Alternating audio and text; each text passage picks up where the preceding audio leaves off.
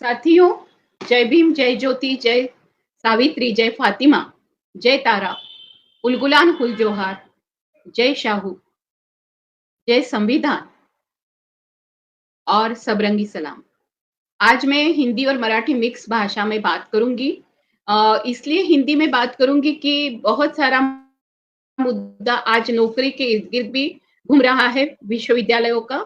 और अ, आज का विषय आप सबको पता है कि पीएचडी। और पीएचडी जो एससी, एसटी, ओबीसी जब पीएचडी के लिए जाते हैं तो उनकी शिष्यवृत्ति या फेलोशिप को लेकर जो सवाल खड़े किए जा रहे हैं, और अगर उनको नौकरी मिल जाती है तो उनको नौकरी से निकाल देना। 12-12 साल, 20-20 साल नौकरी होने के बावजूद भी उनको परमानेंट नहीं रखना और कॉन्ट्रैक्ट पे रखना, और फिर उनकी नौकरी, या तो फिर मेरे जैसे जो होते हैं वो अ, उम्र की एक सीमा पार करने के बाद आंदोलनों में काम करने के बाद पीएचडी करते हैं, जिसका बहुत बड़ा महत्व होता है, लेकिन उनको उनका इंटरव्यू लेकर उनको जगह नहीं देना। इस तरीके की बातें, वारदातें, रोज होने वाली हकीकतें हमारे सामने हैं। और इसी के लिए आज ये विषय राहुल खांडेकर जी ने आज लिया है, और वो बहुजन संगठक में लिया है। आज बहुजन संगठक का ये जो आप सब लोग मेरे साथ जुड़े होंगे। आप सबको पता है कि अजित दादा पवार के स्टेटमेंट के कारण सब लोगों को ये पता चला। अब उसमें थोड़ा-सा जो स्टैटिस्टिक्स है, थोड़ा-सा कोई बोलता है 1329 थे, कोई कहता है 1349 थे, कोई कहता है 1389 थे। तो जितने भी हो, 1300 से ऊपर स्टूडेंट्स ने इस पीएचडी के फेलोशिप के लिए परीक्षा पास करके उनका सब कुछ हो गया था। लेकिन क्योंकि सरकार को लगा कि इस बार हम 200 स्टूडेंट्स को ही दे सकते हैं, हम 200 स्टूडेंट्स को ही फेलोशिप देंगे। सरकार ने सारथी हो, बार्टी हो या महाज्योति हो, इनमें आने वाले स्टूडेंट्स का ये लोग तुरंत तय कर लेते कि 200 स्टूडेंट्स को हम देंगे। अगर इनका बच्चा इसमें होता, यानी मैं डायरेक्ट विषय पर जा रही हूँ आज। मैं कुछ भी बैकग्राउंड आप सब लोगों को पता भी होगा, लेकिन इस बैकग्राउंड पर भी आ रही हूँ वापस कि किस तरीके से जब अजीत दादा पवार को सतेज पाटिल ने जब सवाल पूछे, तब उसका जवाब देते हुए उन्होंने क्या कहा, उसके ऊपर तो मैं आ ही रही हूँ। लेकिन सवाल ये है कि अगर उनके बच्चे एग्जाम में बैठे होते, अगर वो पास हुए होते और उनमें उनको 200 में सिलेक्शन नहीं किया होता, तो जरांगे पाटिल जैसा इतना बड़ा आंदोलन भी ये लोग खड़ा कर देते और कहते कि हमारे साथ ये नाइंसाफी हुई है। लेकिन अब सवाल ये है कि ये जो बच्चे हैं, जिनको कहा गया, ये जो स्टूडेंट्स है, इन जिनको स्टूडेंट्स में बच्चे भी होंगे, बुजुर्ग भी होंगे, लेकिन ये ज्यादातर से एससी, एसटी, ओबीसी समुदाय से है। इनके माँ पिताजी मजदूरी करते हैं।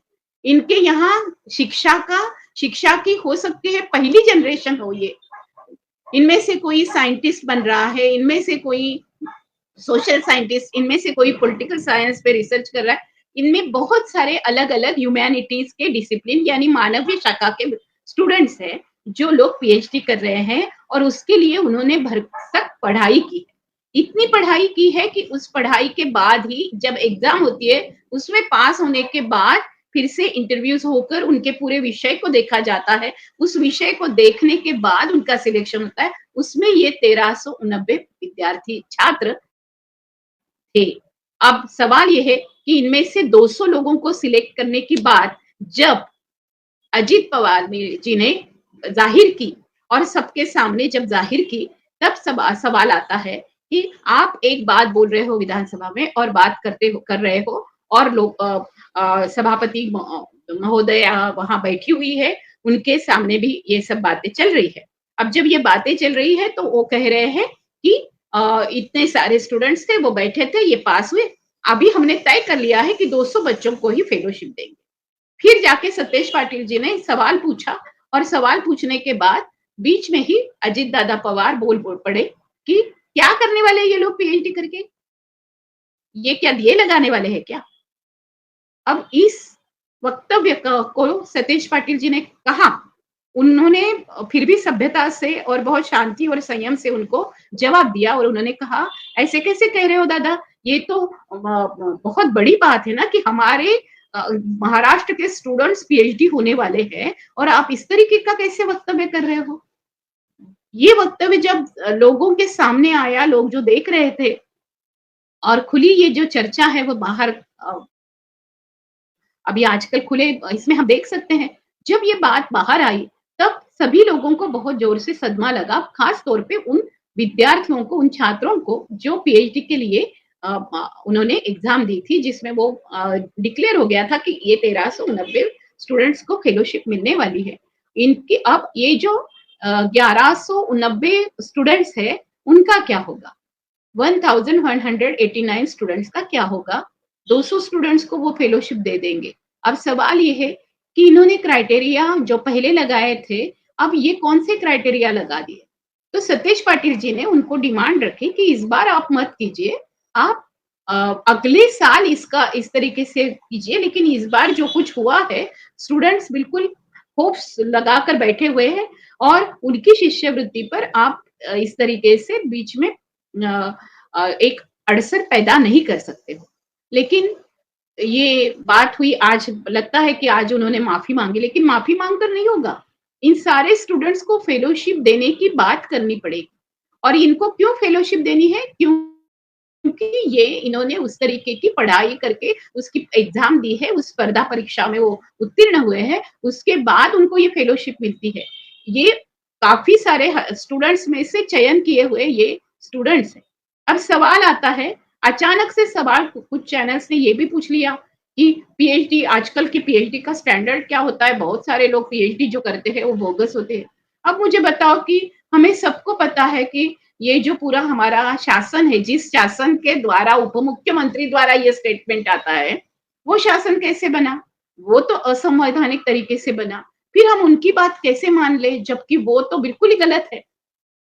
जब आप पीएचडी के लोगों के ऊपर जो लोग गलत तरीके से पीएचडी कर रहे हैं, उसको मुद्दा बना के पेश कर रहे हो कि ऐसी पीएचडियाँ हो रहे हैं, तो पूरा का पूरा शासन 2014 से लेकर आज तक जो चल रहा है, वो हमारे साथ धोखाधड़ी कर रहे हैं, लोगों में विद्वेष फैला रहे हैं, एक अखंड हिंदू राष्ट्र की बात करते हुए इस देश की विविधता को वो खतरा बन चुके हैं। उन्होंने इतना भ्रष्टाचार किया है कि इस भ्रष्टाचार के कारण हम लोगों की नामुश्की हो गई है और रिज़र्व बैंक तक गिरवी रखी है। हमारे सारे पैसे इंटरनेशनल किसी बैंक में चले गए हैं। एक सामान्य इंसान भी जो बैंक में पैसे रखते हैं उसकी कोई सिक्योरिटी नहीं है। इतनी महँगाई बढ़ गई है, जो-जो प्रॉमिसेस दिए थे वो सब कुछ झूठे हैं। ₹1200 का गैस और भी ज़्यादा महँगा होते जा रहा है, पेट्रोल महँगा हो गया है, आज ऑटो रिक्शा से जाना भी मुश्किल हो गया है। यानी लोगों की ज़िंदगी बेहाल करने वाले सरकार को फिर भी हम पॉलिटिक्स में फिर भी हम लोग बोल रहे हैं ना, उसका एक तरीका होता है ना, हम लोग फिर भी इलेक्शन के लिए जो खड़े होंगे हम उनको हम मत देंगे, ये कहते हुए हम उनके बारे में बात कर रहे हैं ना, तो सवाल ये है कि ये ढकोसले वाली, जिसको मराठी में कहते हैं, मराठीमध्ये म्हणतात की खोक्यांचं जे सरकार आहे, खोके देऊन आलेलं. जे स्वतःवरच्या भ्रष्टाचाराचे आरोप मिटावेत म्हणून बीजेपी आणि म्हणून याच्याशी युती करून तिथे भराभर आपल्या पक्ष सोडून पण शिरलेत. असे हे जे सगळेजण आहेत, हे इतक्या अशा लेव्हलला गेलेत, तसे तर पी-एच-डीचे विद्यार्थी गेलेले नाहीयेत ना. मग पी-एच-डीच्या कुठल्यातरी कोणीतरी केलेल्या भ्रष्टाचाराच्यामुळे ह्या लोकांवरची सुई म्हणजे त्या भ्रष्टाचारी लोकांवरची सुई जे प्रामाणिकपणे काम करतात, जे प्रामाणिकपणे ज्यांनी परीक्षा दिल्या जिन लोगों ने ऑनेस्टी के साथ, ईमानदारी के साथ इसकी पूरी पढ़ाई की है, उनके ऊपर इस तरीके से आरोप लगाना, शक करना और फिर लोगों को सवाल करते हुए कितनी सारी पीएचडियाँ बोगस है, यानी विषय को विषयांतरित करते हुए बोगस करके, बोगस प्रमाण पत्र वालों की तरफ जाना। सवाल ये है कि जिन लोगों की बोगस पीएचडी है, उनको जॉब में लेने वाले लोग भी बोगस ही होंगे। तो फिर सवाल ये है कि अब जैसे कि अदानी, अंबानी की बहुओं के बारे में एक बार भी सवाल नहीं पूछ रही है मीडिया कि उनको क्यों लेक्चररशिप या प्रोफेसरशिप दी? उन्होंने क्या किया है? उन्होंने कौन-सी डिग्री प्राप्त की है? उन्होंने हमारे जैसी पढ़ाई की है क्या? मैंने जब मेरी पढ़ाई 1987 में मैंने आंदोलन में फुल टाइमरशिप लेने के लिए जब मेरी पढ़ाई छोड़ी, पीएचडी की, मुझे एमए में स्वर्ण पदक था नागपुर विद्यापीठ में, तब मुझे ग्रेस पढ़ाते थे, यशवंत मनोहर पढ़ाते थे, प्रभु देसाई पढ़ाते थे, दभी कुलकर्णी पढ़ाते थे। ऐसे उस समय विश्वविद्यालय का दर्जा भी इस तरीके से था, ऐसे महान लोगों ने मुझे पढ़ाया था और मैं गोल्ड मेडलिस्ट थी। इसके बावजूद भी मैंने जब आंदोलन में काम करने का, पूर्णकालीन काम करने का, अपनी पढ़ाई के बाद नौकरी न करते हुए समय मेरा समाज परिवर्तन के लिए देने का तय किया, तब मैंने मेरी पीएचडी आधे में छोड़ी थी। 3 चैप्टर लिखकर भी हुए थे, बहुत पढ़ाई करती थी, लेकिन मुझे पता था कि उस समय आंदोलन में काम करने वाले कार्यकर्ताओं की बहुत ज़रूरत थी। तब मैंने स्त्री आंदोलन में, दलित बहुजन फूले अम्बेडकरवादी आंदोलन में, पर्यावरणवादी आंदोलन में, नर्मदा बचाओ आंदोलन हो या एनरॉल विरोधी आंदोलन का नेतृत्व हो या फिर एनएपीएम जन आंदोलनों के राष्ट्रीय समन्वय करके पद संभाल के पूरा का पूरा कार्य करना हो। ये सब जब मैं कर रही थी, उस समय भी मुझे लग रहा था कि अगर मुझे एक इस तरीके से, हम लोगों को रिसर्च तो करना पड़ता है, विश्व बैंक हमको किस तरीके से लूट रही है, ये हम रिसर्च कर ही रहे थे। हम रिसर्च कर रहे थे कि कितने विस्थापित हुए हैं लोग, इनके विस्थापन के बाद इनको पुनर्वास मिला क्या, सेक्शन 4 की नोटिस, सेक्शन 7 की नोटिस इनको देने के बाद तुरंत बुलडोजर कैसे आ जाते हैं, क्या लोगों ने वो नोटिस पढ़ी क्या? इस तरीके की सारी चीजें जो सवाल उठते थे, उसके ऊपर टीआईएसएस के स्टूडेंट्स रिसर्च करके हमको दे रहे थे। हम लोगों को वक्त नहीं था, हम लोगों को मोबिलाइज कर रहे थे, उनका कैंपेनिंग कर रहे थे, लेकिन बिना रिसर्च हमने विश्व बैंक के ऊपर उंगली नहीं की। हमने विश्व बैंक को जब हमने कटघरे में खड़ा किया, तब सारे आदिवासियों ने, सारे आंदोलनकारी लोगों ने जब विश्व बैंक को कटघरे में खड़ा किया, तब हमारे पास एक पूरा का पूरा एक अध्ययन था, एक पूरा शोध था, एक रिसर्च था, जिसके द्वारा हम विश्व बैंक को नर्मदा बचाओ आंदोलन, पूरा आंदोलन, यानी कोई एक व्यक्ति नहीं, पूरे आंदोलन की वो जीत थी कि हमने यहाँ से विश्व बैंक को निकाला और कहा था कि सरदार सरोवर परियोजना के लिए विश्व बैंक जो पैसा दे रही, उनको पीछे जाना पड़ेगा। और विश्व बैंक ने हमारे जो अध्ययन थे, उस अध्ययन को आधार मानते हुए अपना पैर पीछे लिया था और ये बहुत बड़ी जीत आंदोलन को रिसर्च के द्वारा, एक शोध के द्वारा हासिल हुई। इसी तरीके से रिसर्च के द्वारा जीत हासिल होने का बहुत बड़ी और जीत नहीं भी हासिल हुई होगी, लेकिन जो आधार है, आज खुद अजित पवार जी को पूछिए कि वो ऐसे ही आरोप नेहरू सेंटर के लोगों के ऊपर कर सकते थे क्या? वो रघुनाथ माशेलकर जी के ऊपर या फिर हम जब मानते हैं कि जयंत नारलीकर जी को, सुधा मूर्ति जी को या नारायण मूर्ति जी के ऊपर वो कर सकते हैं क्या? तब वो कहेंगे कि इस तरीके के संशोधन, इस तरीके का शोध, इस तरीके का रिसर्च बहुत जरूरी है। यानी रिसर्च जो आपके सामने रखा गया है, उसका सर्च करना, उसका अध्ययन करना और तथ्य सामने लाना। फिर वो किसी भी शाखा में हो सकता है, वो विज्ञान में हो सकता है, वो तंत्रज्ञान में हो सकता है, वो जो ह्यूमैनिटीज के जो डिसिप्लिन है अलग-अलग, फिर अभी मैंने गिने, तो उसमें बिल्कुल ज्योग्राफी में हो सकता है, हिस्ट्री में हो सकता है, जियोलॉजी में हो सकता है और उसी तरीके से एनवायरनमेंट साइंसेस में हो सकता है। और इतना ही नहीं तो जमीन का जो सॉइल, मिट्टी का जो क्वालिटी है, उसको लेकर एग्रीकल्चर में हो सकता है, बारिश को लेकर हो सकता है। इतना ही नहीं तो फिर बारिश और सूखे का क्या क्या असर होता है, ये देखने वाले समाजशास्त्रीय अध्ययन में हो सकता है। समाजशास्त्रीय अध्ययन में होने वाले ये सारे जो चीजें हैं, उसकी प्रतिमाएं लिटरेचर में कैसी हुई है, तो साहित्य में हो सकता है। जिस साहित्य ने फैज जैसे लोग गढ़े, जिस साहित्य ने साहिर जैसे लोग गढ़े, अमृता प्रीतम जैसे लोग गढ़े, अरुंधति रॉय जैसे लोग गढ़े, या फिर मराठी में अगर हम देखेंगे तो फिर कुसुमाग्रज से लेकर नारायण सुर्वे तक आते हैं, नारायण सुर्वे से लेकर फिर दया पवार तक आते हैं, दया पवार से लेकर लक्ष्मण माने, लक्ष्मण गायकवाड़ तक आते हैं। और फिर स्त्रियों का अगर लिटरेचर ही लेना है, और अगर फुले और अंबेडकर का लिटरेचर लेना है, तो फुले, शाहू, अंबेडकर, पेरियार, इनके पूरे लिटरेचर को अगर देखना है, तो एक मनुस्मृति के खिलाफ, ब्राह्मणवाद के खिलाफ एक पूरा का पूरा ऐसे अध्ययन, ऐसा शोध हमारे सामने आता है कि हमारे साथ किस तरीके से इस देश में जातीय विद्वेष फैलाकर लोगों के बीच में दो दूरियां की, उसका एक सिद्धांतन और अध्ययन के द्वारा एनिलेशन ऑफ द कास्ट हमारे पास आते हैं।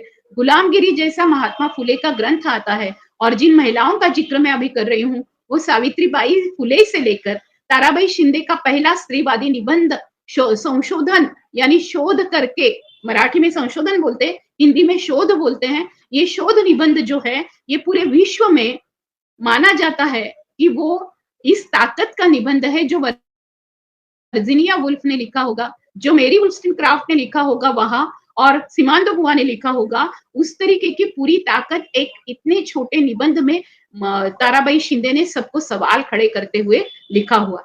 आज वो रिसर्च का बहुत बड़ा अहम मुद्दा है। हमारे देश में जो पहली पढ़ी लिखी महिलाएं और जिन्होंने हमारे लिए अगुवाई की, फिर सावित्रीबाई से लेकर फातिमा शेख से लेकर आज, उनके बारे में बहुत ही कम जब मिलता है, तब हम सब मिलकर उनको क्यों ऐसे छुपाया गया, 150 साल तक हमारे सामने ये बहुजन नायक नायिकाएं क्यों नहीं पेश की गई, उनका कर्तृत्व क्या था और उनको क्यों छुपाने की बात हुई। इतना ही नहीं तो बिल्कुल ईस्वी सन पूर्व 563 में चले जाते हैं। तथागत गौतम बुद्ध के जन्म से लेकर तथागत गौतम बुद्ध के कार्य, और फिर उनकी जो इतनी बड़ी केव्स और ये सारे हमको अजंता में हो या सब जगह पे हम लोगों को एक कलाकारों ने बनाए हुए जो बहुत बड़े, जिनके द्वारा हमें इतिहास समझ सकते हैं, जो इतिहास सचमुच है, उन ये जो मूर्तियां हैं, ये मूर्तियां बोलती है, 52 गजा में महावीर की मूर्ति हमें बताती, इन सबका अगर हमने खोज नहीं किया होता, आर्कियोलॉजी के लोगों ने नहीं किया होता, मानव वंश शास्त्री ने, अगर इसकी खोज इतिहास विशेषज्ञों ने नहीं की होती और इतिहास नहीं लिखा होता, तो आज हमारे सामने इतिहास के तौर पर केवल महाभारत और रामायण जैसे जो पुराण ग्रंथ है, जिनको जो हैरी पॉटर के जैसे उस समय विस्मित तरीके से कल्पना, अद्भुत कल्पना शक्ति के तौर पे लिखे गए, जो बिल्कुल वास्तव में सच नहीं है। तो ऐसे ग्रंथों को ही आधार मानकर आज तक जो रिसर्च चले, वेद, उपनिषद या फिर अभी तक चल रहे हैं, ऐसे लोगों के ऊपर ही हमको भरोसा करना पड़ता। आज सारथी हो, बार्टी हो या महाज्योति हो, इसमें से जो छात्र पढ़कर बाहर आ रहे हैं, वो इस तरीके से जो हमारे साथ दकियानुसी तरीके से रिसर्च किया गया है, और हमारे हम सब लोगों के साथ जो जिन्होंने एक धोखाधड़ी की है, उसको बहुत बड़ा चैलेंज कर रहे हैं, और इसी के लिए हम इनको सबक सिखाएंगे। इस तरीके का टोन कल था अजित दादा पवार कि ये क्या करने वाले हैं पीएचडी करके, ये पीएचडी करके कल्पना चावला बन सकते हैं। ये कल्पना चावला भी एक ओबीसी माँ बाप की ही बेटी थी, ये सुनीता विलियम्स बन सकते हैं, ये इस देश के अब्दुल कलाम आजाद बन सकते हैं, इस देश में जाकिर हुसैन जी भी डॉक्टर थे, आपको पता होगा। आज हम अगर देखेंगे तो हमारे यहाँ जो पीएचडी करने वाले हैं, उस समय बैरिस्टर हुए लोग बहुत थे संसद में, लेकिन उनमें से डॉक्टरेट करने वाले लंदन स्कूल ऑफ इकोनॉमिक्स में जाकर, अपने बलबूते पर जाकर, जब बाबा साहब ने वहां जाकर पीएचडी की, और उनको यहाँ से शाहू महाराज ने पहले और फिर बाद में सयाजीराव गायकवाड़ ने अगर इकोनॉमिकली अर्थ सहाय नहीं किया होता, बाद में आकर उन्होंने वो वापस किया है। ये अर्थ सहाय जब किया तब वो जाग पाए, और आज हमारे देश के जो विश्व में माना जाता है कि इस तरीके का संविधान किसी भी देश में नहीं है। इतना बड़ा संविधान, इतने बड़े देश में इस तरीके की विविधता पूरा का पूरा टिकाने के लिए जिन्होंने काम किया है, और जिन्होंने एक छोटे छोटे तबके का विचार करते हुए संविधान हमारे सामने लाया है, वो एक बहुत बड़े रिसर्च का हिस्सा है। इसके लिए पूरे अलग अलग देशों के 144 देशों का अध्ययन किया गया, बाकी भी देशों का उन्होंने किया, लेकिन उनके अलग अलग जो विधि थे, जो जिस तरीके का एक कानून था, उन पूरे कानूनों को देखते हुए जो सिमिलैरिटीज है वो सिमिलैरिटीज लाई। लेकिन जहां जैसे फ्रांस में तब लड़ाई चल रही थी, यूरोप में लड़ाई चल रही थी, महिलाओं को मतदान के अधिकार के लिए संघर्ष चल रहा था, तब अमीर उमराओं के पत्नियों को मतदान का अधिकार मिला था। जब हुजूर और मजूर पक्ष की लड़ाई चल रही थी, तब जब मजूर पक्ष ने बात रखी और काम के प्रतिदिन के घंटों को तय करना उधर चल रहा था, ये सब बाबा साहब देख रहे थे, और केवल देख नहीं रहे थे, वो अपने रिसर्च में उसको उतार रहे थे, और उस रिसर्च को उतारने के कारण हमारे पास जो संविधान आता है, इस संविधान में उस देश में उन पूरे यूरोप में हो, अमेरिका में हो, या फिर अलग-अलग जो मैंने फ्रांस का और इंग्लैंड का नाम ले लिया, लेकिन यूरोप के बाकी कंट्रीज भी हो, या फिर ऑस्ट्रेलिया जैसे, तो इन सारे देशों को भी अचरज होगा कि जो उनके देश में नहीं हुआ वो हमें मिला, वो इस तरीके के रिसर्च के कारण मिला। आज महिलाओं को मैटरनिटी लीव मिली, महिलाओं को समान काम के लिए समान वेतन मिला। आज आज जिस तरीके से हम लोग महिलाएं एक मतदाता, एक नागरिक के हैसियत से आते हैं, जिसके कारण महुआ मोइत्रा ने ललकारा मोदी जी को और मैं कहा कि मैं फिर से संसद में आऊंगी। ये जो असंवैधानिक तौर पे उप मुख्यमंत्री बनना हो या असंवैधानिक तौर पे ईवीएम मशीन को खारिज करके अपना ही बहुत सारा हम लोग जीत कर आए हैं ऐसे ऐलान करना हो और 10 दिन में रिजल्ट को ये करना, ये धोखाधड़ी है। ये शोध नहीं है, ये रिसर्च नहीं है, ये लोगों के साथ आंखों में धूल फेंकते हुए की हुई धोखाधड़ी है। और इसलिए इनको रिसर्च करने वाले लोगों से बहुत चीड़ आने लगी है, क्योंकि रिसर्च वाले लोग बाहर ला रहे हैं कि इन्होंने ईवीएम के घोटाले कैसे कर दिए, किस तरीके से इन्होंने पूरे के पूरे मत फेर दिए और अपने अपने पल्ले पर एक पूरे विजय घोषित किया। इनको अगर ऑस्ट्रेलिया और भारत का सामना, जो भारत का जो ये था मैच था, उस मैच को भी अगर वो बदल सकते थे ना, तो वो हालांकि लोग देख रहे थे और पता था कि ऑस्ट्रेलिया ने भारत को हराया, नहीं तो इस आदमी ने और ये उसकी पूरी फौज ने पूरा का पूरा विजय भी अपने पल्ले लिया होता। हालांकि गुजरात में होकर भी उनको हार माननी पड़ी और ये कहना पड़ा कि हम हार गए हैं। ये सारी बातें आज सब सारी चीजें जीत के तरफ क्यों दिखाई जा रही है? यानी जैसे कि ये बहुत बड़ा सवाल है कि काफी सारे गांवों में केवल लड़के ही पैदा होते हैं। क्या ऐसा सच है?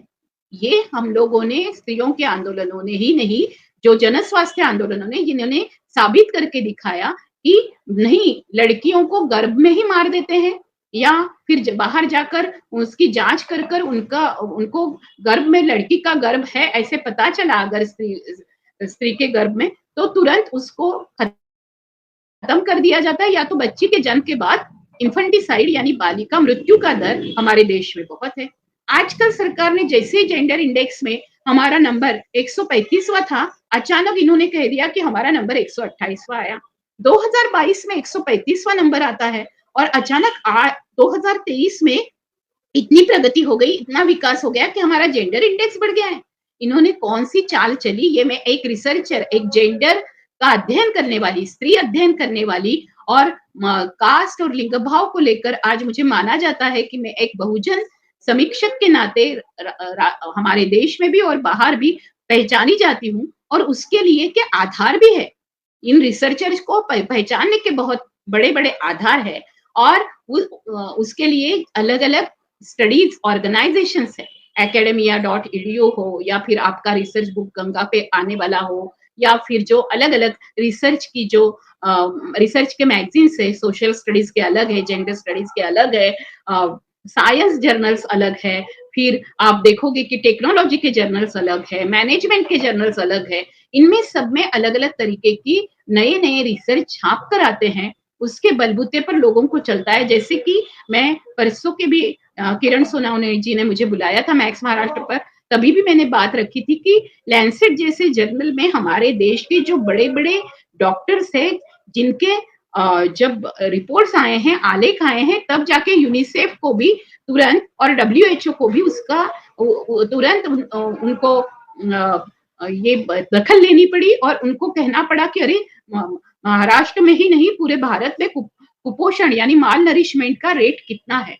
तो डॉक्टर रानी बंग और अभय बंग जी के इस रिसर्च के कारण कहाँ कहाँ पूरे भारत में माल नरिशमेंट है, उसके बारे में लैंसेट में जैसे ही इनका आलेख, रिसर्च प्रबंध जिसको कहेंगे, शोध प्रबंध जब जारी हुआ, तब जाके हवा उड़ गई सरकार की। सरकार को तब पता चला कि अरे, ऐसे हम लोग काम नहीं करेंगे तो ऐसा नहीं होगा, हमको काम करना पड़ेगा उसको लेकर। अब कोरोना को लेकर के भी रिसर्च हो, या फिर छोटी छोटी चीजें जैसे इंटेलेक्चुअल प्रॉपर्टी राइट। रिसर्च में सबसे ज्यादा माना जाता है कि रिसर्च पर किसका अधिकार हो।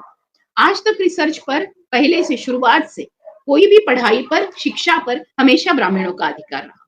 और किसी को भी पढ़ने का अधिकार नहीं था, ब्राह्मण महिलाओं को भी पढ़ने का अधिकार नहीं था। इसलिए जब सावित्रीबाई फुले पहली शिक्षक बनी, तब पहली अध्यापक बनने वाली मानी जाति की, ओबीसी जाति की महिला कैसे हो सकती है, इसलिए इन्होंने पूरा इतिहास ही बदलने की कोशिश की।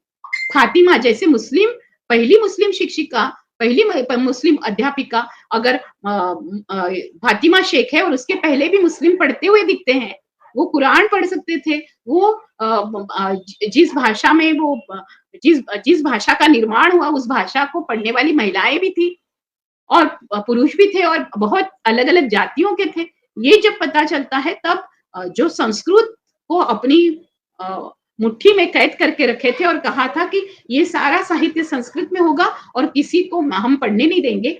फिर भी मैं बताती हूँ, कबीर से लेकर रविदास हो या संत आंदोलनों के बिल्कुल ज्ञानेश्वर, मुक्ताबाई, जनाबाई, नामदेव, तुकाराम, ये सारे संत हो, चोखामेळा, कान्होपात्रा, सोयराबाई, सावतामाली, ये सारे संत इनके मौखिक अभंग होते हुए भी इनके नामों के साथ आज लोगों को याद है, क्योंकि लोगों ने तय किया अगर आप हमें लिखने नहीं देते हैं तो हम हमारे दिमाग में उसको ताजा रखेंगे, और लोगों ने इस प्रवाह को, इस साहित्य को जिंदा रखा। अजीत दादा पवार महाराष्ट्र में घूमते हैं, पंढरपुर में जाते हैं, वो सिद्धि विनायक में भी जाते हैं।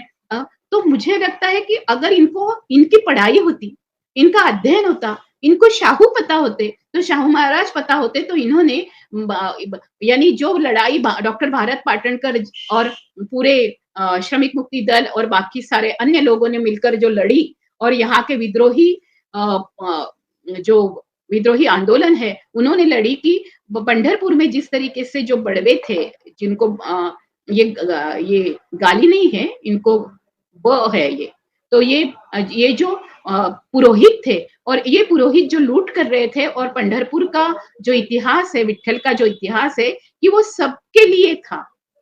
ये कोई ये जनाबाई को लगता था कि वो मेरे साथ मेरे चक्की पर मेरा हाथ लेकर मेरा जवार पीस के देता है। गोरा कुंभार को लगता था कि जब मैं मटके बनाता हूँ तो मुझे विट्ठल जो पांडुरंग है वो मुझे मदद करता है।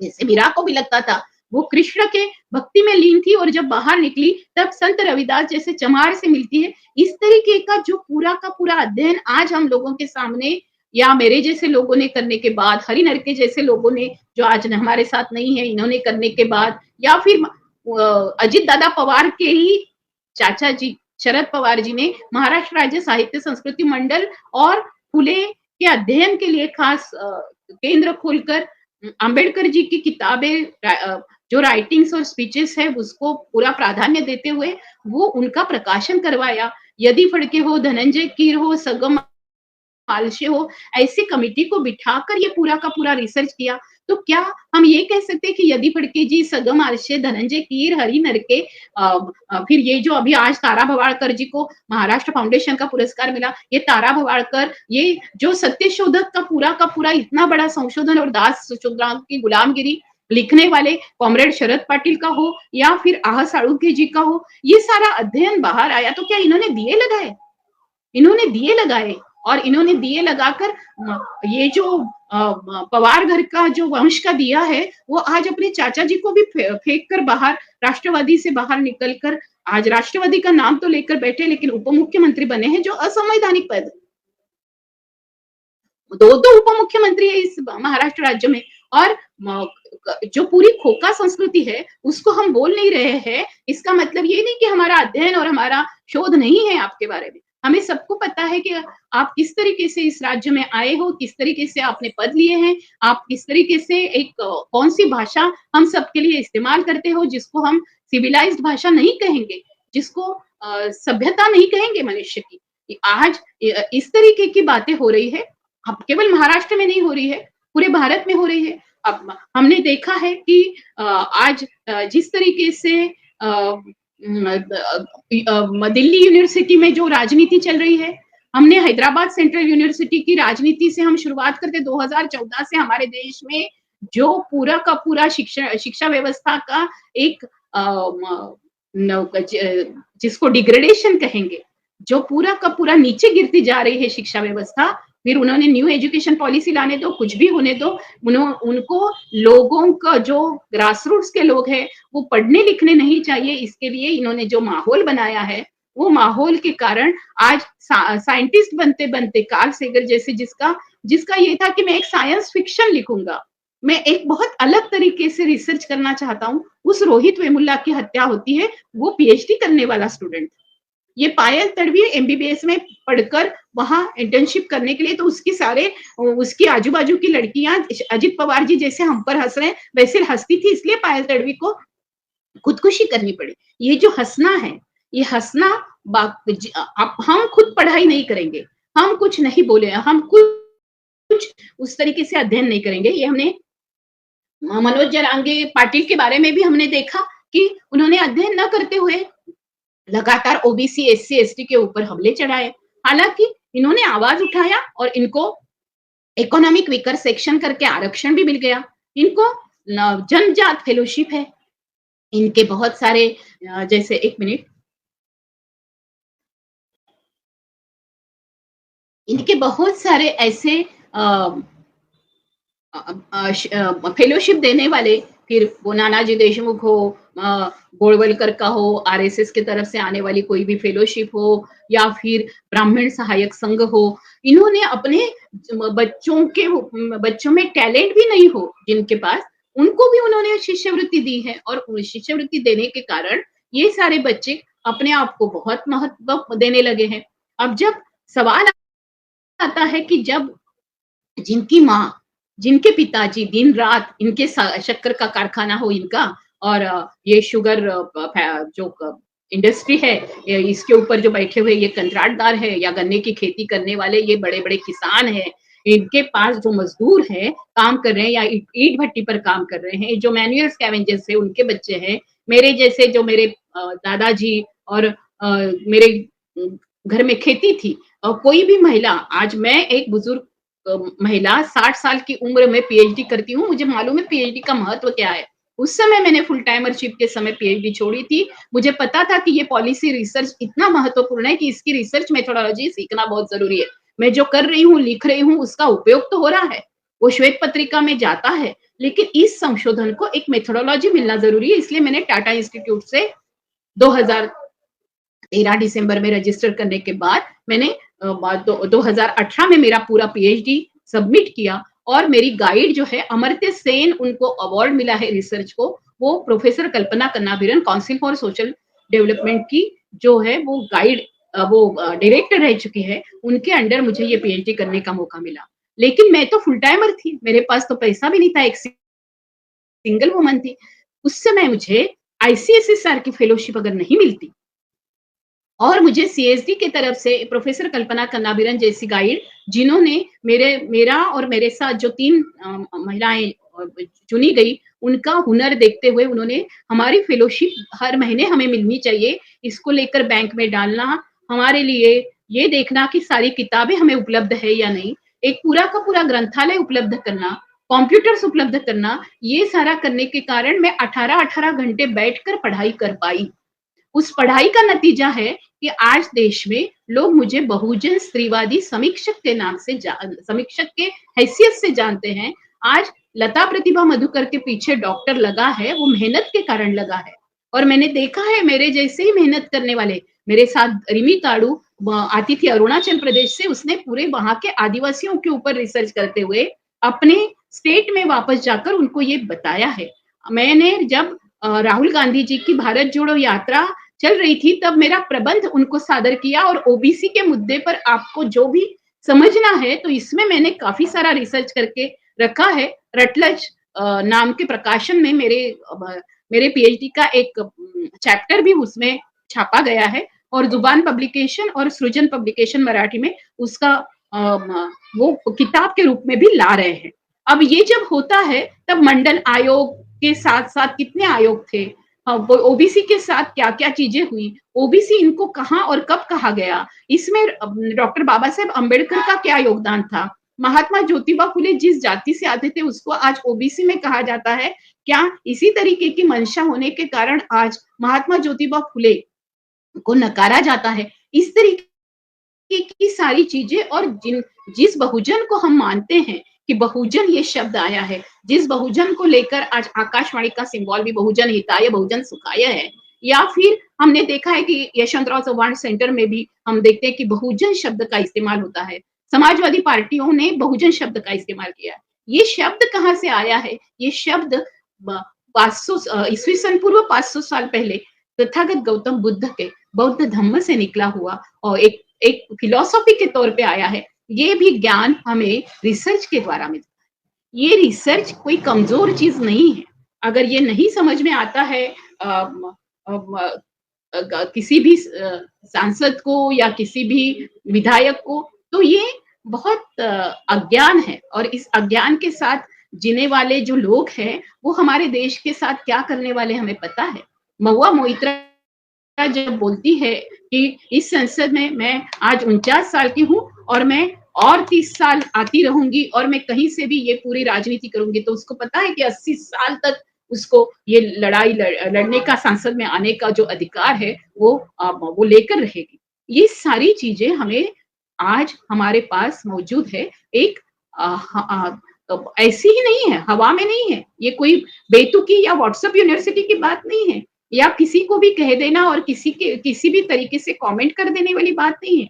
ये ऊपरी ऊपरी बात नहीं है। ये आप बार्टी के, सारथी के, महाज्योति के हो, राजीव गांधी फेलोशिप के हो, या फिर विक्रम साराभाई फेलोशिप के हो, या फिर हम देखेंगे होमी भाभा फेलोशिप के हो, ये सारे स्टूडेंट्स जो है, ये स्टूडेंट्स फालतू नहीं है। आप जिस तरीके से आईआईटी के स्टूडेंट्स को बहुत महत्व देते हो, हम समझिए कि आईटीआई में जो बच्चा आईटीआई में शोध करके आगे आता है, वो कितने सारे आर्किटेक्ट और इंजीनियर से भी आगे निकल सकता है, ये हमें दिखाई देता है। आज उस तरीके के अवसर सरकार दे रही है क्या? उस तरीके के अवसर लेकिन सरकार नहीं दे रही है। इसलिए मैंने दिशा सिंह के जो बात है उसको लेकर मैं बात रख रही हूँ। आज जिस तरीके की लड़ाई लक्ष्मण यादव लड़ रहे हैं, उनको दिल्ली यूनिवर्सिटी में इतने सालों से वो पढ़ा रहे हैं, एडॉक बेसिस पे रखा हो, फिर भी उन्होंने कंप्लेंट नहीं की, उन्होंने काम करना रखा। और उन्होंने खास तौर पे उनकी बहुत बड़ी खासियत ये है कि उन्होंने फुले, शाहू, अंबेडकर, पेरियार, इनके सारे विचार, सावित्रीबाई, ताराबाई शिंदे, फातिमा शेख, रानी तारामती से लेकर राजमाता जिजाऊ से लेकर अहिल्याबाई होलकर से लेकर इन सारे महानायक महानायिकाओं के विचार उन्होंने लोगों के पास हिंदी में पहुंचाने की बात की है। और जब लक्ष्मण यादव इस तरीके से बातें फैला रहे तो जाहिर है यूपी में हो, बिहार में हो, दिल्ली में हो, सब जगह पे खतरा होगा। लेकिन देखो वहां के सांसद कैसे हैं, वहां के मंत्री कैसे हैं। देखने जैसी बात है कि अखिलेश यादव ने लक्ष्मण यादव को न्योता दिया और अपने पार्टी में भी शामिल किया, और यहाँ अजित पवार हम लोगों को एक घिनौने तरीके से पेश आ रहे हैं। हम नहीं चाहते हैं कि हमारी विद्वत्ता के कारण आप हमें राजनीति में ले, या हमारे अध्ययन या शोध के कारण आप हमें कोई पद दे या पदोन्नति दे। हम नहीं चाहते हैं, क्योंकि हमें पता है कि हमें अपना काम करते रहना है, पैसा मिले ना मिले हमें। आज मुझे नौकरी नहीं है, मैं एक फुल टाइमर के हैसियत से ही रिसर्च कर रही हूँ। आप हमें कितने भी जगह से उखाड़ के फेंक दें, लेकिन हम सचमुच उग कर आएंगे, ऐसे उग कर आएंगे बाहर। और हमारे जो जैसे कार्यकर्ता का तो एक जिगर मेरे पास है ही, लेकिन ये शोध करने के बाद एक बहुत बड़ी ऊर्जा आई है कि शोध की जो मेथोडोलॉजी किसी एक व्यक्ति के पास, किसी एक जाति के पास, किसी एक धर्म के पास रखी गई थी, आज हमारे पास आई है। हमें पता है कि कौन सी पद्धतियों को लेकर आप आगे जा रहे हैं। इन पद्धतियों को ललकारना भी हमें आने लगा है। हमें पता है कि इन्होंने किस तरीके से बुद्धिभेद करके अपने ही बच्चों को सब कुछ मिले, ये सारा इंटेलेक्चुअल प्रॉपर्टी राइट अपने पास ही कैसे रहे, ये सारे जो गेम्स खेले हैं वो भी हम लोग ये शोध के द्वारा खोलकर, सारा उनका चिट्ठा पट्टा खोलकर हम रख सकते हैं।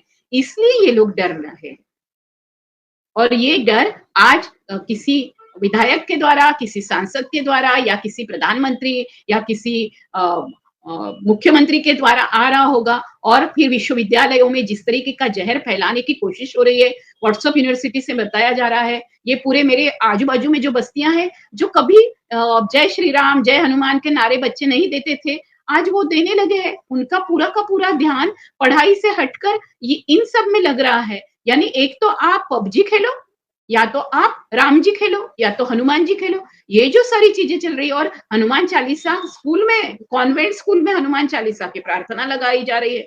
ये कौन सी बात है? ये क्यों हो रहा है? ये धर्म का हस्तक्षेप शिक्षा में क्यों हो रहा है? और शिक्षा में धर्म का हस्तक्षेप करने के लिए, और मैं देख लूंगा, मैं तो खुद, मैं ऊंचे जाति का हूँ, मैं सवर्ण हूँ, मैं शैण्य कुल का हूँ, मैं तो ब्राह्मण जाति में जन्मा हूँ, हम तो, हमारी तो सबकी युति है, हम देखो, हम क्षत्रिय है कुल से, अभी देखो हम इनको कैसे निकालते हैं। तो इस देश का इतिहास देखना है अजित दादाजी, तो आपको ये देखना पड़ेगा कि एक क्षत्रिय कुल में पैदा होने के बाद जब जब भगवान तथागत गौतम बुद्ध जब बाहर निकलते हैं और पूरे देश को, विश्व को जो संदेश देते हैं, वो संदेश अहिंसा और शांति का होता है। सम्राट अशोक जैसा राजा भी क्षत्रिय होने के बाद फिर वापस आता है, और इतना हिंसाचार करने के बाद उसको जब आत्मग्लानि होती है, उसके बाद वो अत्यदीप भव के तरफ आते हुए स्वयं प्रकाशित होने के लिए अहिंसा और शांति और करुणा का, विवेक का और प्रज्ञा का मार्ग लेता है। और हमारे देश के संविधान के साथ साथ, हमारे देश के अशोक चक्र के साथ साथ, हमारे देश के तिरंगे पर होने वाले चक्र को देखते हुए आपका अध्ययन क्या है? आपको पता है कि इस तरीके का अध्ययन कैसे हुआ? हमारे देश का तिरंगा कैसे बना? ये सारे अध्ययन और खोज के विषय है। हमारे, यानी जब रविंद्रनाथ टैगोर को नोबेल पारितोषिक मिलता है, उसके बाद आज तक किसी को नहीं मिलता है, या जगदीश चंद्र बोस को जब मिलता है, बाकी किसी को नहीं मिलता है। उसके कारण क्या है? उसका कारण यह है कि हमारे यहाँ उच्च शिक्षा, हमारे यहाँ साहित्य की उच्च शिक्षा हो, हमारे यहाँ किसी भी तरीके की साइंस, तंत्रज्ञान, सबकी उच्च शिक्षा हो, इसको लेकर पूरा का पूरा दर्जा ही कम हो गया है। हमारे बच्चे बाहर जाकर पढ़ लेते हैं, विदेश में जाकर पढ़ लेते हैं, वहां जाने वालों की संख्या बढ़ती जा रही है। इसका कारण ये है कि इस देश में नालंदा, तक्षशिला जैसे जो 300 विश्वविद्यालय थे, यहाँ लोग आते थे। यहाँ यूएन संघ ने आकर बोला था कि इस देश की गरिमा क्या है।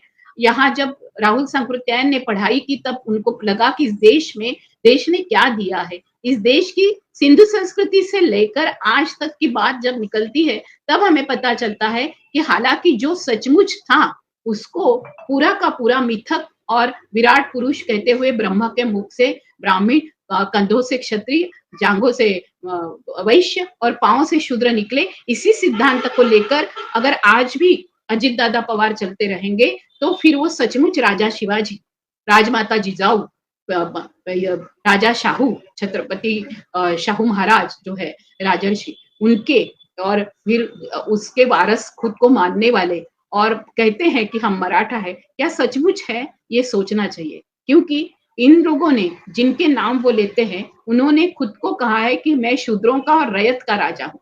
उन्होंने कभी नहीं कहा कि वो, उन्होंने कभी मैं मरहट्ट हूँ, मैं मराठा हूँ, मैं या गो ब्राह्मण प्रतिपालक हूँ, ये इस तरीके के शब्द कभी भी छत्रपति शिवाजी महाराज के मुख से नहीं निकले हैं। और ये भी सब सामने आया है हमारे रिसर्च के द्वारा। और अगर हमने रिसर्च नहीं किया होता, समाज शास्त्रज्ञों ने, हमारे जैसे लोगों ने जो साहित्य को पढ़ते हैं, उन्होंने अगर ये रिसर्च नहीं किया होता, या फिर जो लोग कर रहे हैं आज रिसर्च, आज एक साइंस जर्नल नाम का एक बहुत ही एक बहुत अच्छा चैनल आता है, उसमें आपको बहुत अलग अलग तरीके के रिसर्च भी मिलेंगे। तो अब बहुत लोग रिसर्च कर रहे हैं। आपके कहने से और आपके फेलोशिप न देने से ये इन 1390 बच्चों का तो नुकसान होने वाला है, और उसको तो आपको देना ही पड़ेगा। ये उनका हक है, उनको ये मिलना ही चाहिए। केवल 200 बच्चों को देकर नहीं होगा, ये उनका हक है। लेकिन ये आप जानिए कि अगर आप इस तरीके के वक्तव्य करेंगे, या फिर दिल्ली यूनिवर्सिटी से लक्ष्मण यादव को, दिशा सिंह को निकाला जाता है, और वो लोग अनशन करते हैं, बाहर रास्ते पर बैठते हैं, उनके लिए स्टूडेंट्स मोर्चे निकालते हैं। और ऐसे समय पे आप ऐसा मत सोचिए कि पूरा देश रोहित वेमुल्ला के समय जैसे खड़ा हुआ, जेएनयू जामिया मिलिया के लिए जैसे खड़ा हुआ, आज पूरा देश भी पार्टी, सारथी, महाज्योति के ये जो बच्चे हैं, ये जो स्टूडेंट्स हैं, उनके साथ खड़ा रहेगा। केवल महाराष्ट्र नहीं, ये मैं लिख कर देती हूँ अभी, ये मैं बात बताती हूँ। और आज आपने विधान तो पीछे लिया है, आपने कह दिया है कि मैंने ऐसे मुझे सुनने में आया, आज मैंने आपका रिकॉर्डिंग नहीं सुना है, लेकिन फिर भी अगर आपने माफ़ी माँगी भी होगी, तो माफ़ी सशर्त माँगिए। आपने 1389 बच्चे जो है, जो स्टूडेंट्स हैं, जिनको फेलोशिप मिली है, उनकी फेलोशिप रद्द न करने की घोषणा करनी चाहिए, उनको फेलोशिप देनी चाहिए, उनकी पढ़ाई की ज़िम्मेवारी लेनी चाहिए। एक अच्छा उच्च शिक्षित सरकार ने इन देश इस महाराष्ट्र राज्य में लोगों की शिक्षा का प्रबंध करने की जिम्मेवारी ली है। इस तरीके का एक आदर्श रखने के लिए प्रतिबद्ध हुई है। 20,000 स्कूल जो जिला परिषद की के बंद कर रहे हो, केवल 19 स्टूडेंट्स है ऐसे कहते हुए इस देश में महाराष्ट्र को माना जाता है प्रोग्रेसिव, महाराष्ट्र को माना जाता है शिक्षा की शुरुआत करने वाला राज्य। तो आप सावित्रीबाई फुले, महात्मा ज्योतिबा फुले, शाहू महाराज, डॉक्टर बाबा साहेब आंबेडकर, विठ्ठलरामजी शिंदे, महर्षि कर्वे, जो लोगों ने शिक्षा को लेकर काम किया, भाऊराव पाटिल, रयत शिक्षण संस्था, आपको तो पता होगा, आप सातारा के पास बारामती में रहते हैं, तो आपको पता होगा भाऊराव पाटिल को। इन लोगों ने जो पूरे कष्ट किए, इन्होंने जो इस तरीके से एक भी बच्चा आने के लिए घर घर जाकर एक पूरा कैंपेन किया। आज जिला परिषद के 20,000 स्कूल बंद होने जा रहे हैं। ये सरकार है कि क्या है? मजाक बना के रखा है। हम लोगों के साथ, हमारे बच्चों के साथ जो खेला जा रहा है ना, वो हम लोग आज ये इस तरीके से ये अक्षम्य है. मराठीमध्ये म्हणतात की हा अक्षम्य गुन्हा आहे आणि हा सरकार करतंय. सरकार 20,000 जिल्हा परिषद शाळेमधल्या विद्यार्थ्यांचं पूर्णपणे भविष्य नष्ट करतंय. आणि जर अशा पद्धतीने एकूण 4 लाख विद्यार्थी जर तयारच होणार नाहीत, म्हणजे प्राथमिक शिक्षण आणि प्रत्येक वर्षी असं तर कितीतरी विद्यार्थी शिक्षणापासून वंचित होतील, तर उच्च शिक्षणाचा तर मुद्दाच दूर राहिला. त्याच्यामुळे अगदी प्राथमिक पातळीवर पण शिक्षण दिलं पाहिजे आणि उच्च माध्यमिक पातळीवर पण दिलं पाहिजे, उच्च पण शिक्षण दिलं पाहिजे आणि सगळ्या प्रकारचं दिलं पाहिजे. तांत्रिक शिक्षण पण इथे उपलब्ध असलं पाहिजे, आर्किटेक्चर असलं पाहिजे. मी असं ऐकलंय की ड्रॉइंग पण काढून टाकलं. जे लोक जे मधून वगैरे शिकलेले होते, जे लोक आज आपल्या देशातले खूप मोठे कलावंत आहेत, काय करायचंय कला करून असं म्हणून जो कल्ला चाललेला आहे, यांचा जो गोंधळ चाललेला आहे, आज या देशातल्या कलावंतांना अभय द्यायचं असेल तर त्यांची नोकरी, त्यांना प्राध्यापक म्हणून, त्यांना शिक्षक म्हणून त्यांचे सगळे मार्ग उपजीविकेचे तुम्ही जिवंत ठेवले पाहिजेत. नाहीतर या देशामध्ये संपूर्णतः अदानी हा खरोखर अदानी आहे.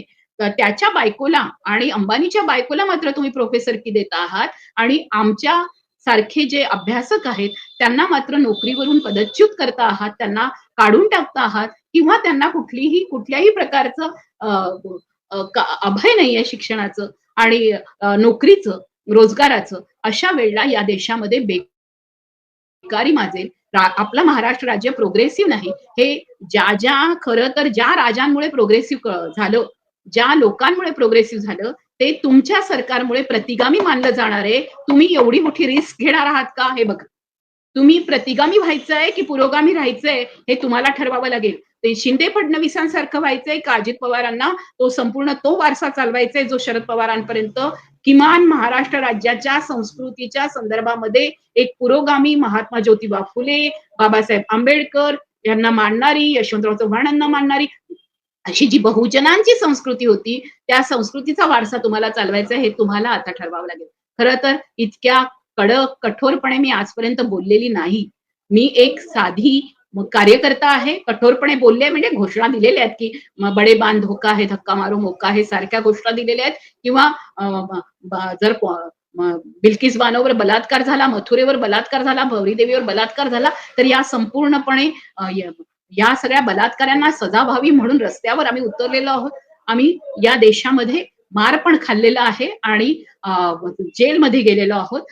आम्ही असे तसे साधे सुधे संशोधक नाही. आम्ही कार्यकर्ते संशोधक आहोत. त्याच्यामुळे आम्हाला माहितीये की या देशात कोरोना आला तर कोणती लस दिली पाहिजे. या देशामध्ये बाईसाठी बाळंतपणाची सोय नाहीये, तर तिथे इन्स्टिट्यूट डिलिव्हरीसाठी कशा पद्धतीने रिसर्च झाला पाहिजे, त्या रिसर्चचा आम्ही भाग राहिलेलो आहे. इथे बायकांना इंजेक्टेबल कॉन्ट्रासेप्टिव्ह असतील किंवा त्यांच्यावर जबरदस्तीने लादलं जात असेल की मुलगी आहे म्हणून तर सेक्स डिटर्मिनेशन टेस्ट होत असतील, तर त्याचा पूर्ण अभ्यास करत या बायोसिंथेसिस काय आहे? पी-सी-पी-एन-डी-टी काय आहे? म्हणून संपूर्णतः या देशातल्या कायद्याला प्रश्नचिन्ह करत अ, जो प्रेग्नन्सी टर्मिनेट करण्याचा जो कायदा होता, तो त्या कायद्याला आव्हान करत आम्ही पी-सी-पी-एन-डी-टी ॲक्ट आणलेला आहे आणि त्याच्यानंतर तुम्हाला लक्षात असेल की 1994 मध्ये महिला धोरण बनतं. हे सगळं अभ्यासावर आहे. हे अभ्यासावर आहे. हे तुमच्या पक्षाने पण केलेलं आहे. हे लक्षात घ्या. हे अभ्यासावर आधारलेल्या या सगळ्या गोष्टींना तुम्ही तडा देणार आहात का? हे महिला धोरण शरद पवारजींमुळे आलं हे तुम्हाला माहिती असेल चांगलं. पण हे महिला धोरण येताना त्याचा अभ्यास कोणी केला? या बालिकांचा, या किशोरींचा, या अशा पद्धतीने असणाऱ्या जे ॲक्टचा, याच्या संदर्भामध्ये आता जो पॉक्सो आहे, तो पॉक्सोचा या संदर्भामध्ये 498 चा किंवा कौटुंबिक हिंसाचार विरोधी असेल, हा सगळा कायद्याचा अभ्यास करून या संपूर्ण पद्धतीने तुमच्यासमोर जो अभ्यास ठेवला गेलेला आहे, तुमचं काम आहे, तुम्ही लेजिस्लेटर्स आहात. तुमचं काम आहे उत्तम कायदे आणणं आणि जे शेतकऱ्यांच्या विरोधातले कायदे आहेत, जुलमी कायदे त्याला विरोध करणं. तुमचं काम हे नाहीये, की तुम्ही कोणाला किती ही प्रशासनाचं जे काम आहे ते शासन करायला बसलेलं आहे. तुम्ही आदेश दिले पाहिजे, की हे असा-असा कायदा आहे, बार्टीमध्ये इतक्या फेलोशिप दिल्या गेल्याच पाहिजेत. सारथीमध्ये इतकं दिलंच गेलंय. हे रूल्स एंड रेग्युलेशन्स आहेत. हे महाज्योतीचे रूल्स एंड रेग्युलेशन्स आहेत. हे तुम्ही सांगितलं पाहिजे. हे काम तुम्ही करत नाहीये. तुमचं काम आहे तुम्ही लेजिस्लेटर्स आहात. तुमचं काम आहे कायदा बघणं, कायद्याचे नियम बनवणं, त्याच्या संदर्भामध्ये अंमलबजावणी होते की नाही बघणं, जे कायदे बिलकुल चुकीचे आहेत त्याच्याबद्दल अमेंडमेंट करणं, तुम्ही लोकांना विचारणं आणि प्रशासनाला धारेवर धरणं, की आम्ही तुमच्यासाठी, आम्ही जे पूर्ण देशासाठी, जनतेसाठी या सगळ्या कायद्यांच्या संदर्भामध्ये अभ्यास केलेला आहे. या कायद्यांच्या संदर्भामध्ये ज्या काही संपूर्ण गफलती दिसतात आहे, लोकांच्या तक्रारी आहेत, याच्याबद्दल ताबडतोबीने तुम्ही पावलं उचलली पाहिजे. तुम्ही बोलता आहात एक आणि करता आहात एक. अशा पद्धतीने जर झालं, तर या सगळ्या संपूर्ण समाजामध्ये ज्या पद्धतीने आज आपल्याला लक्षात येतंय, की या अ, संपूर्ण आपल्याला सगळा जो समाज आहे, तो समाज अगदी उत्तर प्रदेश असेल, दिल्ली युनिव्हर्सिटी असेल, जामिया मिलिया असेल, जे-एन-यू असेल, इथल्या वेगवेगळ्या खरोखर लोकांना, तळागाळातल्या मुलांना, विद्यार्थ्यांना शिकता यावं म्हणून शासनाने निर्माण केलेल्या, शासनाशी संलग्न असणाऱ्या, फेलोशिप देणाऱ्या संस्था असतील, या सर्वांवर शासन अशा पद्धतीने स्वतःची मक्तेदारी स्थापन करू शकत नाही. हे विद्यार्थ्यांच्या भल्यासाठी आहे आणि जर आपल्या देशाचा उच्च शिक्षणामध्ये क्रमांक लागायचा असेल आणि तेही आपल्या देशामध्ये तमिळनाडू, केरळ, बंगाल आणि बाकीचे प्रांत यांच्यापेक्षा महाराष्ट्र खरंच पुरोगामी मानला जात होता एकेकाळी. डॉक्टर रखमाबाई इथल्याच आहेत, हे लक्षात घ्या. पंडिता रमाबाई इथल्याच आहेत, लक्षात घ्या. सावित्रीबाई फुले इथल्याच आहेत, तानीबाई बिर्जे इथल्याच आहेत, हे लक्षात घ्या. या ज्या सगळ्या स्त्रिया असतील, इथले जे पुरुष आहेत, फातिमा शेख असेल, चांद बिबी असेल, इथल्या ज्या सगळ्या लोकांनी इतिहास घडवला आहे. आज एक संपूर्ण साहित्य सुद्धा दिलेलं आहे. दलित साहित्याचा सुद्धा उगम इथे झालेला आहे. फुले आंबेडकरवादी साहित्याचा उगम इथे झालेला आहे आणि फुलेंनी एक पूर्णपणे गुलामगिरी ग्रंथ लिहून मनुस्मृतीचा संपूर्णपणे नायनाट करण्याचा, ब्राह्मणवादी पितृसत्तेचा नायनाट करण्याचा एक तत्वज्ञान, एक सिद्धांत आपल्याला दिलेला आहे. अशा फुले शाहू आंबेडकरांच्या कर्मभूमीमध्ये, संशोधन भूमीमध्ये संशोधकांचा अपमान करणं ही संपूर्णतः अतिशय तुम्ही स्वतःच्या पायावर कुऱ्हाडी मारून घेतल्यासारखी गोष्ट आहे.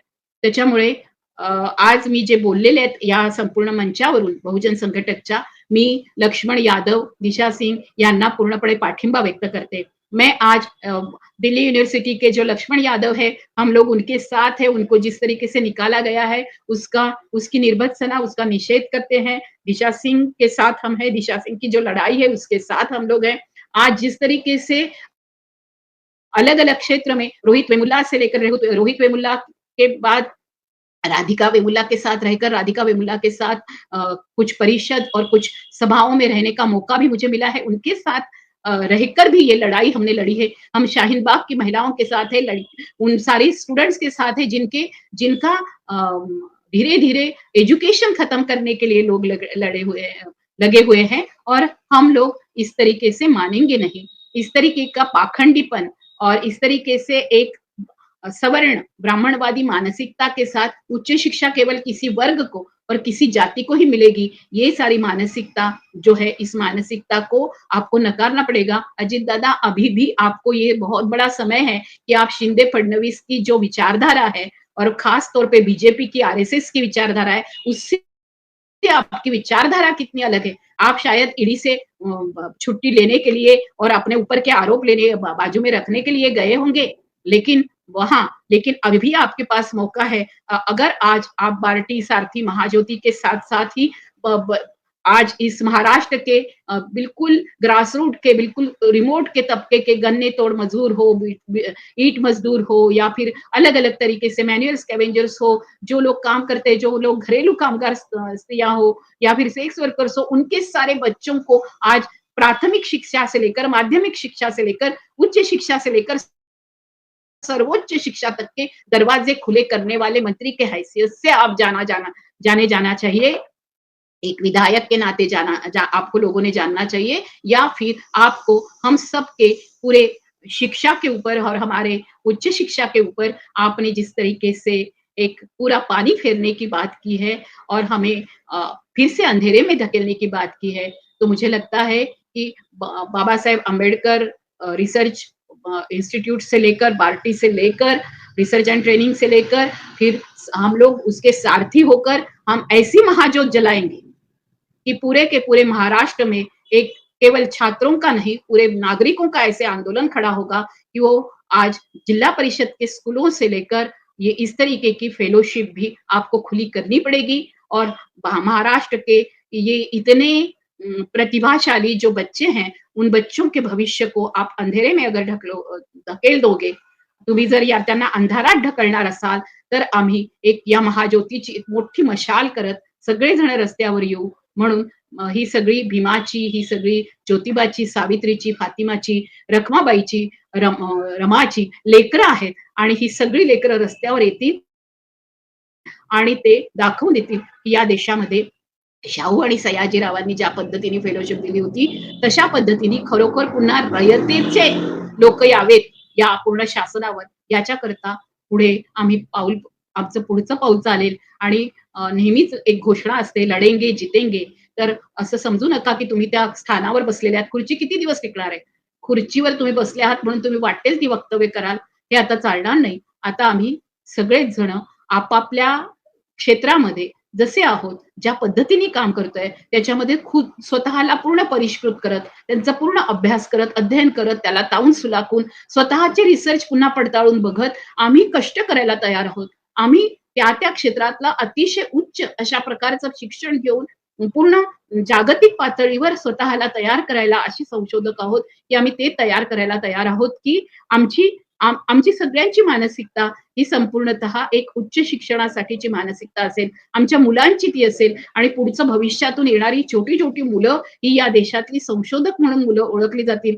मग ते रोबोटिक सायन्स मध्ये जाऊ दे, ते इन्फोसिस मध्ये जाऊ दे, ते वेगवेगळ्या तंत्रज्ञानात जाऊ दे, नाहीतर ते आयटीआय मध्ये जाऊ दे, नाहीतर हुसेन सारख्या कारागिरीमध्ये जाऊ दे, इतके मोठे कलाकार बनून संपूर्ण जगाला विळखा आणि गवसणी घालू दे, नाहीतर ते अंतराळात जाऊ दे, नाहीतर ते अगदी एन्व्हायरमेंट सायंटिस्ट होऊन अगदी छोट्या कोकणचा, तळकोकणचा सगळा भाग वाचवण्यासाठी आपलं संशोधन लावू दे, नाहीतर नदी बारसू सारख्या रिफायनरी पासून असेल, नाहीतर नेत्रहाट सारख्या भयंकर अशा याच्यापासून असेल, अशा सगळ्या अदानी सारख्या, अंबानी सारख्या कंपन्यांच्या विरोधामध्ये आमचे सर्वांचे जर रिसर्च आले आणि ते आलेलेच आहेत, ते सांगतात आहेत की अशा पद्धतीने संपूर्ण आपल्या देशातले डोंगर, दर्या, जंगल सगळं संपवतायत.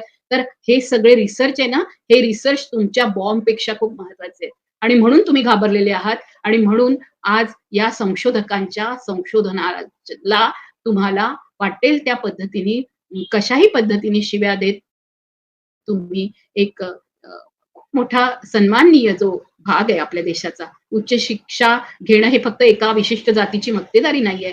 पण जे पेटंट्स परत आणले असतील माशेलकरांनी, जे पेटंट्स या देशातल्या शेतकऱ्यांचे तांदळाचे, धानाचे प्रकार असतील, गव्हाचे प्रकार असतील, ज्वारीचे असतील, कापसाचे असतील, हे जे सगळं त्यांनी हातात ठेवलंय आणि त्याच्यावर संशोधन केलेलं आहे, ही सगळी कृषी तज्ञ होत असलेली, संशोधन तज्ञ असणारी मुलं असतील, मुली असतील, आज या सर्वांनी आकाशाला गवसणी घालण्याचं स्वप्न बघितलंय. तुम्ही त्यांची स्वप्न हिसकावून घेऊ नका, नाहीतर तुमच्या नावाने नंतर काय राहणार आहे? तुम्ही कोरोनामध्येही पाहिलंय, नंतर फक्त व्यक्तीच्या नावाने त्यांनी काय केलं हे कर्तृत्व राहतं. तर तुमच्या नावाने आम्हाला सगळ्यांना, संशोधकांना, उच्च शिक्षणाला, प्राथमिक शिक्षणाला विरोध करणारा नेता म्हणून नाही, तर या सर्वांना एका शिक्षणाचं आणि एका संपूर्ण प्रकाशाचं दालन दाखवणाऱ्यांपैकी एक नेता होता. अशा पद्धतीने जर खरंच व्हायचं असेल, तर स्वतःला जागवा आणि लोकांच्या तळागाळातल्या लोकांच्या भविष्याचा, त्यांच्या पुढच्या पिढीचा विचार करा. कदाचित माझ्यासारखी 65 वर्षाची बाई, संशोधक बाई नंतर तर मग आता राहणार नाही. पण कदाचित ही जी पुढची पिढी आहे, ही पुढची पिढी जी पुढे जाणार आहे आणि ज्या पद्धतीचं अध्ययन आणि संशोधन आणणार आहे, त्याच्याने आपल्या संपूर्ण जगामध्ये आपल्या राज्यातली मुलं सुद्धा अतिशय तेजाने तळपतील. डॉक्टर बाबासाहेब आंबेडकरांसारखे तळपतील. अब्दुल कलाम आझादांसारखे तळपतील.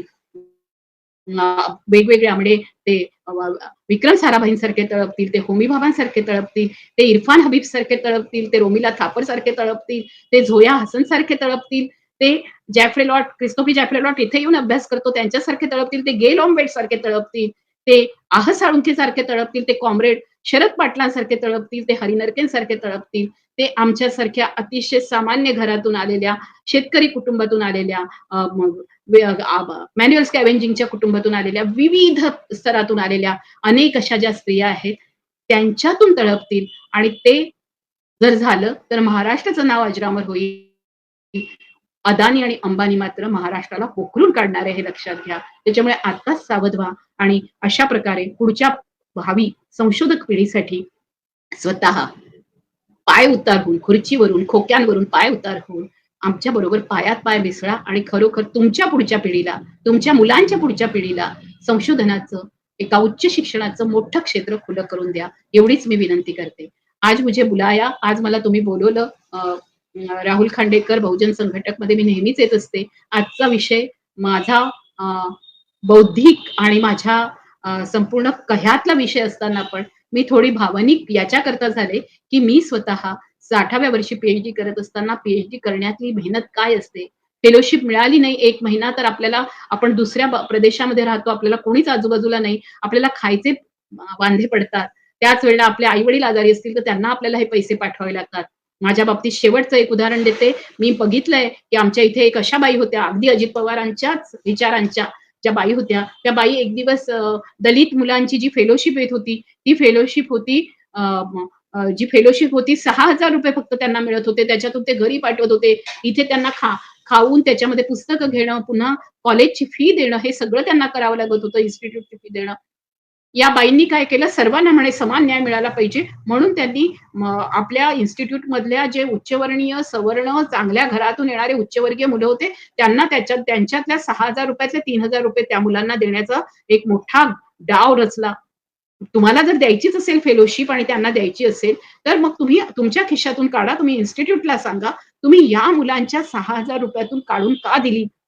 असा प्रश्न विचारत त्यावेळेला आठवत असेल की टी-आय-एस-एसच्या विद्यार्थ्यांनी अशा प्रकारे आरक्षणामधलेही पैसे, फेलोशिपच्या येणाऱ्या पैशातून ज्या पद्धतीचे भ्रष्टाचार हे संपूर्ण शिक्षक, उच्चवर्णीय, सवर्ण शिक्षक आणि उच्चवर्गीय शिक्षक करतायत वेगवेगळ्या इन्स्टिट्यूटमध्ये, त्याच्या विरोधामध्ये आवाज उठवला होता. त्याच्यामुळे खरं तर पी बोगस आहे, की हे जे लोक तिथे बसलेले आहेत आणि त्यांना अशा पद्धतीने वेगवेगळ्या जाती धर्मातली मुलं इतकी हुशार निघतात आहे आणि ती वेगवेगळ्या प्रकारचा रिसर्च समोर आणतात आहे, ते त्यांना नकोय म्हणून ते अशा प्रकारचं वातावरण कलुषित आणि दूषित करतायत, हे आपण लक्षात घेण्याची गरज आहे. राहुल खांडेकर, मी तुमची आभारी आहे आणि पुन्हा एकदा सर्वांना जय भीम, जय ज्योती, जय सावित्री, जय शाहू, जय तारा, जय फातिमा, उलगुलान हुल जोहार, जय संविधान आणि सबरंगी सलाम.